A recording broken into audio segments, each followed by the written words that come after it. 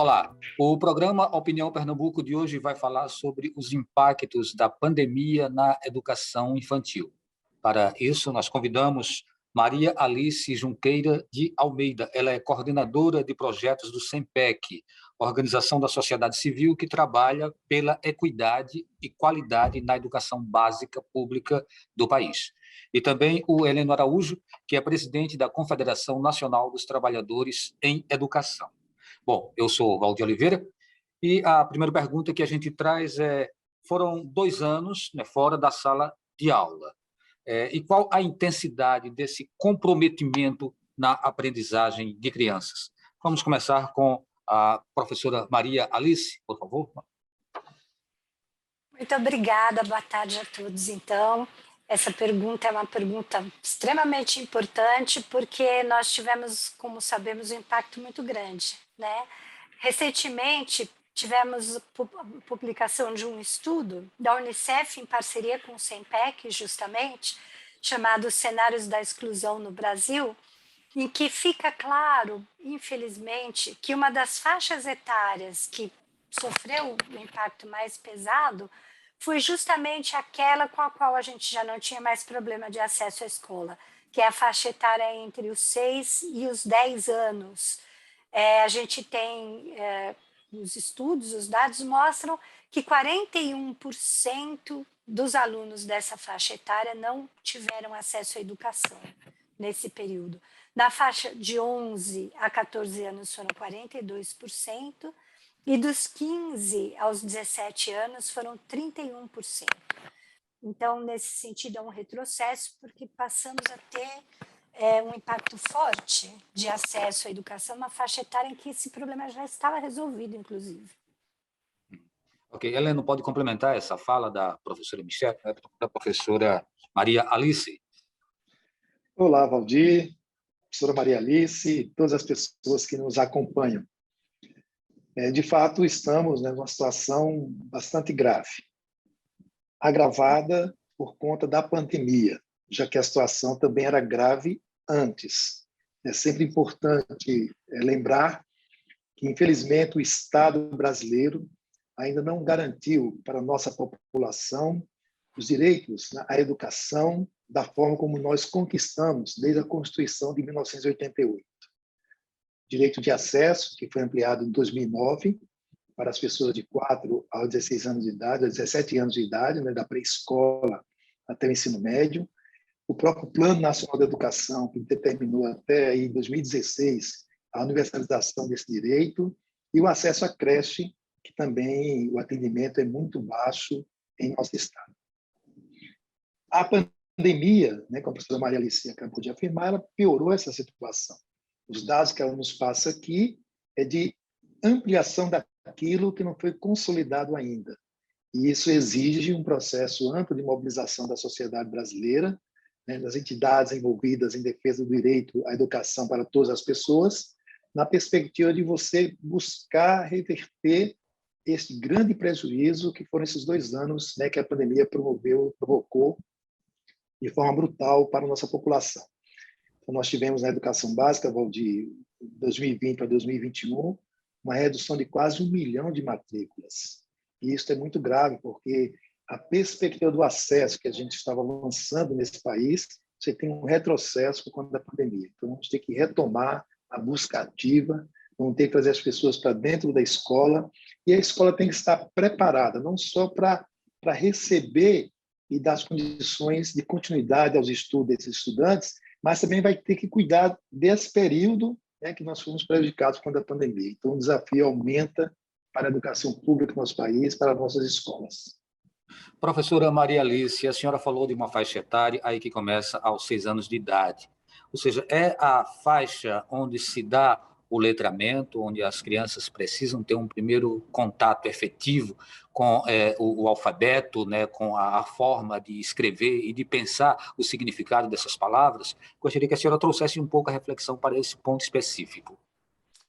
Pois é, essa é uma questão também bastante importante realmente de ser abordada, porque a gente sabe que todo esse trabalho de mergulho no letramento, no processo inicial de alfabetização, ele se dá lá na pré-escola, né? Então, o fato da gente ter tido um percentual grande de crianças que não puderam ter acesso à pré-escola no período da pandemia já é por si só um prejuízo, não é? Porque é um momento realmente que as crianças começam a ter os primeiros contatos com a leitura do professor em voz alta, em sala de aula, poder ter acesso a livros, né? Porque nós sabemos que um percentual grande da nossa população só tem acesso a livros de literatura infantil na escola, né? Então, de poder ter acesso a esses livros, folhear, se familiarizar, começar a se familiarizar com a narrativa de histórias de diferentes gêneros, com a língua escrita,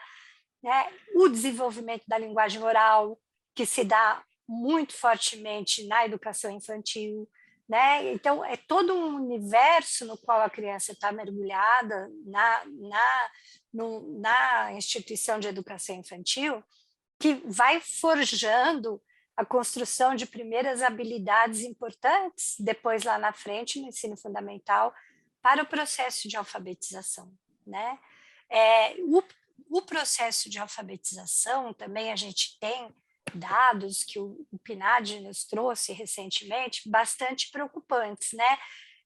Pelo fato das crianças não terem tido esse mergulho na educação infantil. Por exemplo, uma criança que chegou ao primeiro ano agora, em 2022, ela teria tido que frequentar a educação infantil em 2021 e 2020, né? E não teve esse acesso. Então, ela já viria para o primeiro ano trazendo toda essa bagagem, essa experiência rica de letramento.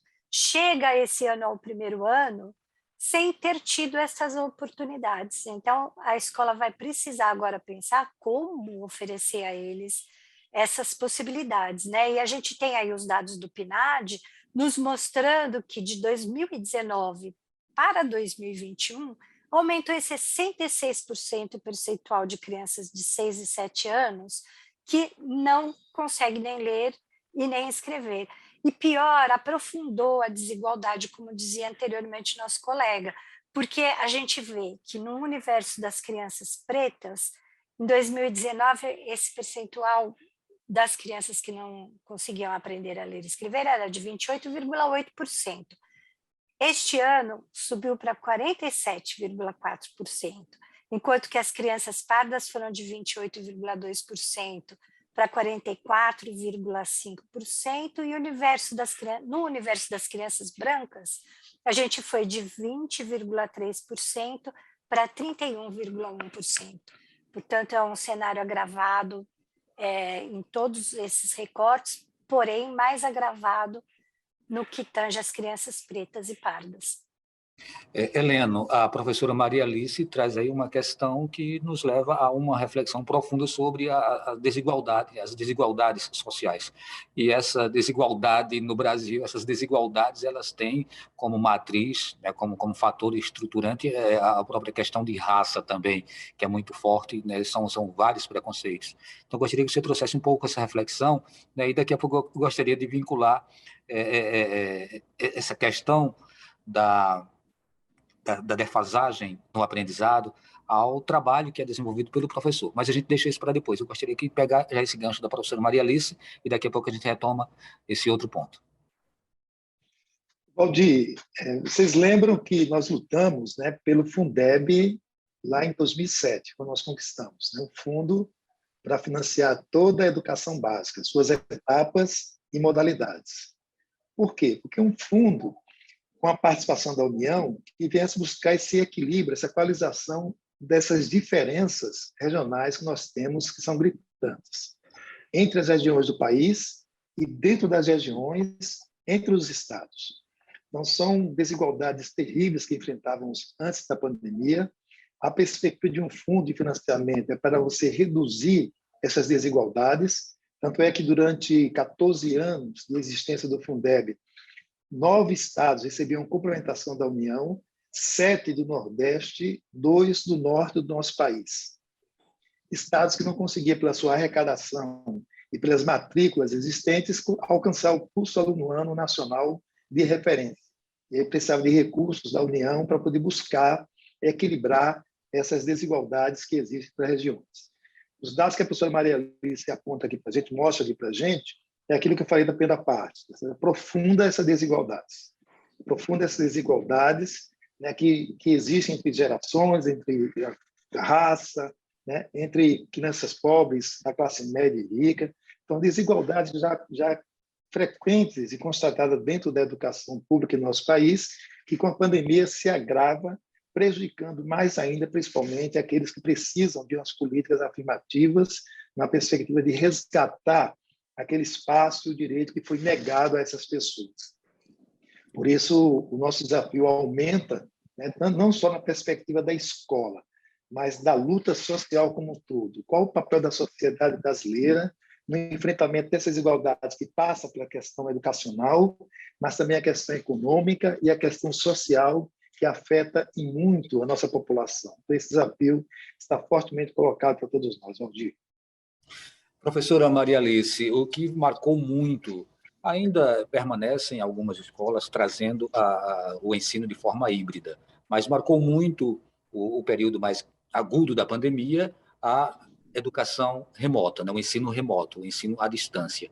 E aí tem vários fatores que contribuíram para que algumas escolas, alguns estados, alguns municípios se dessem relativamente bem e outros apresentaram resultados muito pífios. E aí, linkando isso com essa questão que a senhora traz, existe por trás de tudo isso também essa questão socioeconômica, né? Acesso à tecnologia, a capacidade de poder dar conta desse novo modelo, ou seja, uma reviravolta em todos os processos e todos os modelos, né? Todos os fundamentos eles acabaram sofrendo um revés. Gostaria que a senhora trouxesse a reflexão sobre esse ponto. Sem dúvida, sem dúvida. E a equipe do SEMPEC pôde estar, durante esses anos, de 2020 até agora, muito presente lá na ponta, nas redes, acompanhando nos municípios mais distantes aí no Brasil o que estava acontecendo nas redes, apoiando, trazendo subsídios. Então, isso ficou bem claro para a gente que foi um outro fator que ainda contribuiu para aprofundar mais ainda as desigualdades. Buscando dados do IBGE, por exemplo, dados de novembro agora de 2021, a gente consegue ver o quê? Que na rede pública, 48% dos estudantes conseguiram ter algum acesso à internet. Em contrapartida, na rede privada, 90% dos alunos tinham esse acesso. E ainda, dentre aqueles alunos, dentre os 48% de alunos da rede pública que conseguiram ter acesso, quer seja por tablet, laptop, computador ou pelo próprio smartphone, ainda assim, um acesso entrecortado por grandes dificuldades, quer seja pelo sinal precário, que muitas vezes não permitia que o aluno conseguisse acompanhar uma aula sem que o sinal caísse, muitas e muitas vezes, prejudicando a compreensão e tudo mais. A gente acompanhou no SEMPEC casos de meninos e meninas que viviam na zona rural, por exemplo, que tinham que caminhar, às vezes, 1 quilômetro para conseguir, 1 quilômetro, 2 quilômetros para conseguir algum sinal. Muitas vezes esse sinal era conseguido, nunca vou me esquecer desse relato, por um aluno que precisava subir numa árvore e segurar o smartphone ali num determinado ângulo para conseguir o sinal. Quer dizer, como alguém pode aproveitar uma aula nessas condições, né? Tendo o seu direito negado a esse ponto, né? Para aqueles que possuíam, por exemplo, a possibilidade de se conectar por intermédio de um smartphone, também a gente acompanhou inúmeras dificuldades, quer seja porque a família muitas vezes possuía apenas um aparelho, e tinha mais de um estudante na casa, então eles tinham que revezar o acesso às aulas, ou às vezes um familiar, o pai, a mãe, ou o responsável por aquele aluno precisava levar consigo o aparelho para o trabalho e a criança ficava sem acesso, ou pela questão do pacote de dados, né? que terminava e a partir desse momento também o acesso era negado, né, a essa família. Então foram situações assim de profunda desigualdade, como você bem enunciou já na pergunta que fez a mim, que só pioraram as coisas, né, negando o direito a tantas crianças e jovens de aprender. Ok, nós fazemos o nosso primeiro intervalo. Lembrando que estamos conversando com a professora Maria Alice Junqueira, que é coordenadora de projetos do SEMPEC, e também o Heleno Araújo, que é o presidente da Confederação Nacional dos Trabalhadores na Educação. A gente volta daqui a pouquinho.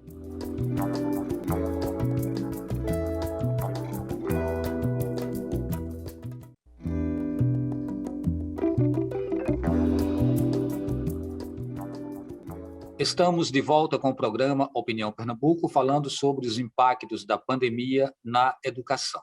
Nossos convidados são Heleno Araújo, presidente da Confederação Nacional dos Trabalhadores em Educação, e Maria Alice Junqueira, que é coordenadora de projetos do SEMPEC. Heleno Araújo, nós já fizemos, inclusive, outros programas onde discutíamos as dificuldades de adaptação dos professores em relação a essas tecnologias. O que a gente está analisando no programa de hoje são os impactos, né, da pandemia na formação.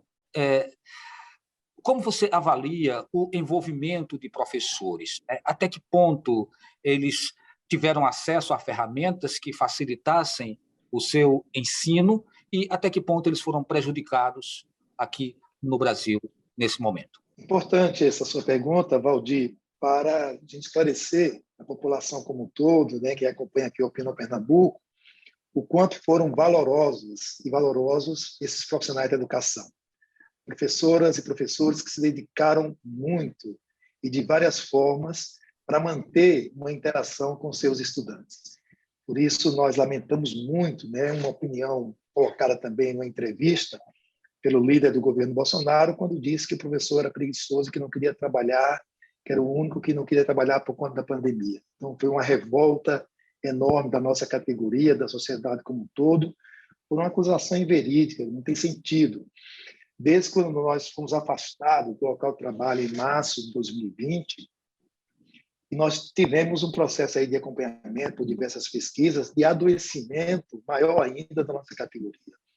Um adoecimento pela falta dessa presença, né, constante com os nossos estudantes nas atividades presenciais e a impossibilidade que ficamos de fazer de forma remota. Até encontrar uma forma de fazer essa interação, foram meses pensando, discutindo e fazendo enfrentamentos com o governo que se negavam a fazer o diálogo permanente conosco.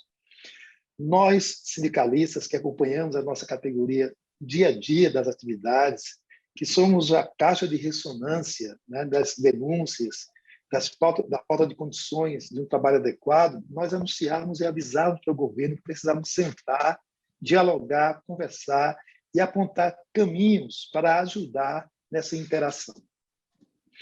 Já em junho, a CNTE encomendou uma pesquisa junto com a Universidade Federal de Minas Gerais para a gente poder dizer aos governos, olha, não é só a opinião da professora, do professor, do sindicato, é a opinião de uma pesquisa científica mostrando a necessidade de a gente ter equipamentos adequados, ter uma formação adequada para o uso das tecnologias e ter a conexão para fazer esse trabalho. E aí, quando a gente consegue mostrar ao governo e convencer o governo, vem o argumento de que não tem recursos. E aí, toda aquela batalha entre Estado, município, governo federal, quando o Congresso Nacional aprovou aquele repasse de 3,5 bilhões de reais para ajudar estados e municípios a passar equipamentos e conexão aos professores e aos estudantes. E a resposta que tivemos foi o veto do presidente da República a esse projeto de lei. O Congresso derrubou o veto e, mais uma vez, o governo federal foi ao Supremo Tribunal Federal para que considerasse a lei ilegal, inconstitucional. Então, essa falta de atenção, essa falta de cuidado do poder público, né, federal, estadual e municipal, com o cuidado com as nossas crianças e garantir as condições para desempenhar bem o nosso papel, né, foi um dos motivos fortes desses números terríveis que temos agora anunciado aqui no programa. Por isso, uma situação bastante complicada que enfrentamos com muita disposição de dialogar encontrar forma de superar essa situação. Professora Maria Alice, a senhora traz dados, né, que mostram que houve impactos negativos nesse processo de ensino-aprendizagem. E aí eu pergunto, né, o que não deu certo no remoto para que hoje a gente esteja diante desses dados que a senhora traz? Em primeiro lugar, não deu certo porque grande parte, como a gente viu aqui, né, quase 50% dos alunos não tinham sequer conexão, né, com a internet, aprofundando mais ainda a desigualdade, porque os alunos da rede privada, sim, a gente viu pelos dados, 90% tinha e pôde continuar estudando. Esse é um ponto. O outro ponto é que faltou uma coordenação central, né, no Brasil, porque essa adaptação para uma aprendizagem à distância, ela não é algo que você consiga fazer bem da noite para o dia e ainda mais de forma descoordenada, né? Faltou uma avaliação de exatamente quais seriam as atividades prioritárias, as habilidades prioritárias, desculpe, da Base Nacional Comum Curricular que precisariam ser trabalhadas e de que forma que essas crianças que não estavam tendo conexão poderiam ser alcançadas, né? Grande parte dos alunos recebeu o material impresso. Isso, num grande esforço, como bem disse o colega Heleno anteriormente, as escolas em si, os educadores, fizeram um grande esforço para alcançar esses alunos. Eu cheguei a ver professores que iam pessoalmente entregar na casa das crianças, nas zonas rurais, garantindo que esse material chegasse. Porém, um material impresso, trabalhado em casa pelos pais, não é a mesma coisa do que o trabalho contando com a intervenção pedagógica de um professor presencialmente, né? Esse é um ponto. E o outro ponto é que também precisaria ter sido melhor pensado quais conteúdos trabalhados no ensino híbrido, de que forma, como se fazer um diagnóstico, ainda que à distância, destas crianças, né? Porque um trabalho mais bem coordenado, mais bem cuidado por parte do governo federal mesmo, muito teria contribuído. Nós, por exemplo, no SEMPEC, conseguimos fazer ações de alfabetização pelo WhatsApp, por videochamadas, e as crianças conseguiram se alfabetizar, né? Por intermédio desse trabalho. Assim como isso aconteceu no SEMPEC, a gente também tem várias boas experiências e boas práticas, não foi só uma desgraceira, teve também coisas que funcionaram e deram certo, mas faltou o quê? Disseminar essas boas práticas, discutir melhor, aprofundar melhor e conseguir ter uma coordenação, tanto no nível federal quanto no nível estadual e municipal. Heleno, nós temos uma expectativa de que a pandemia ela vá exatamente deixando de afligir, né, a gente, de incomodar tanto. E aí é o momento de se ir em busca do tempo perdido, né? Tentar salvar o que for possível. O que você acha que pode ser feito para que a gente dê esse salto e que o dano ele seja minimizado? Perfeito. Olha, nós lutamos muito, né, para que os profissionais da educação fossem vacinados para garantir o retorno às atividades presenciais. Este ano nós já externamos, né, esse desejo de voltar às atividades presenciais, mas é preciso também cuidar das nossas crianças.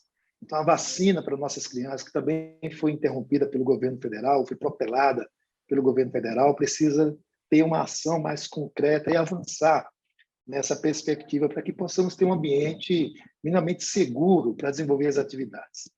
E esse ambiente, Valdir, vai exigir ainda muito diálogo entre os profissionais da educação, a representação dos estudantes, pais, mães, as famílias dos nossos estudantes, um diálogo permanente, né, com o poder público municipal, estadual, nacional, na perspectiva de garantir as condições para que possamos coletivamente desempenhar este papel de recuperação. Essa é uma tarefa que cabe à escola, sim, mas cabe como papel, como dever do Estado, a família, dentro das possibilidades, contribuir com esse processo. É claro que não somos inocentes, sabemos que o público que nós atendemos na escola pública boa parte da família não tem condições de fazer esse acompanhamento de forma adequada. Por isso que a intervenção do Estado é importante, garantindo plenas condições para que os seus profissionais da educação, possam auxiliar essas famílias na recuperação desse tempo que nós perdemos. Então, é uma ação coletiva que exige que toda a sociedade esteja envolvida e nós, trabalhadores e trabalhadoras da educação, estamos abertos para o diálogo e construir coletivamente esses caminhos. Ok. Professora Maria Alice, como a gente recuperar um pouco, né, essas perdas? Então, Valdir, essa é a grande questão, né? E ela é uma questão que a gente vai ter que discutir ao longo de muitos anos, porque alguns estudos já mostram que nós vamos precisar de uma década, né, para isso. É um trabalho que o Brasil vai ter que arregaçar as mangas e fazer com muita seriedade. E hoje em dia a gente tem falado até mais em recomposição de conteúdos do que recuperação de conteúdos. Por que a gente fala em recomposição de conteúdos? Porque as perdas, como os dados que eu trouxe aqui mostraram, foram enormes, né? Então, não se trata apenas de recuperar, mas de replanejar esse trabalho. E replanejar esse trabalho, eu não vou poder aprofundar aqui cada um desses itens, mas ele precisaria ser organizado em 6 eixos, né? Que vai desde a reorganização curricular, né? Então, a gente fazer aquele trabalho mesmo de extrair quais são as habilidades prioritárias da BNCC, que não podem deixar de ser aprendidas no ano escolar em que a criança está, porque são aquelas habilidades que, se ele não constrói agora, ela prejudica o desenvolvimento progressivo das habilidades, né? E também a adaptação do tempo de aula, das práticas pedagógicas, a formação docente e os materiais didáticos específicos. Nós não poderemos aprofundar agora, mas são um conjunto de ações. Ok, professora Maria Alice Junqueira de Almeida, coordenadora de projetos do SEMPEC, que é a Organização da Sociedade Civil, que trabalha pela equidade e qualidade na educação básica pública do país. Nós conversamos com ela e também com o Heleno Araújo, que é o presidente da Confederação Nacional dos Trabalhadores em Educação. E o nosso tema foi os impactos da pandemia na educação. Nós agradecemos a todos e todas que nos acompanharam. A opinião fica por aqui e a gente se encontra em um próximo programa.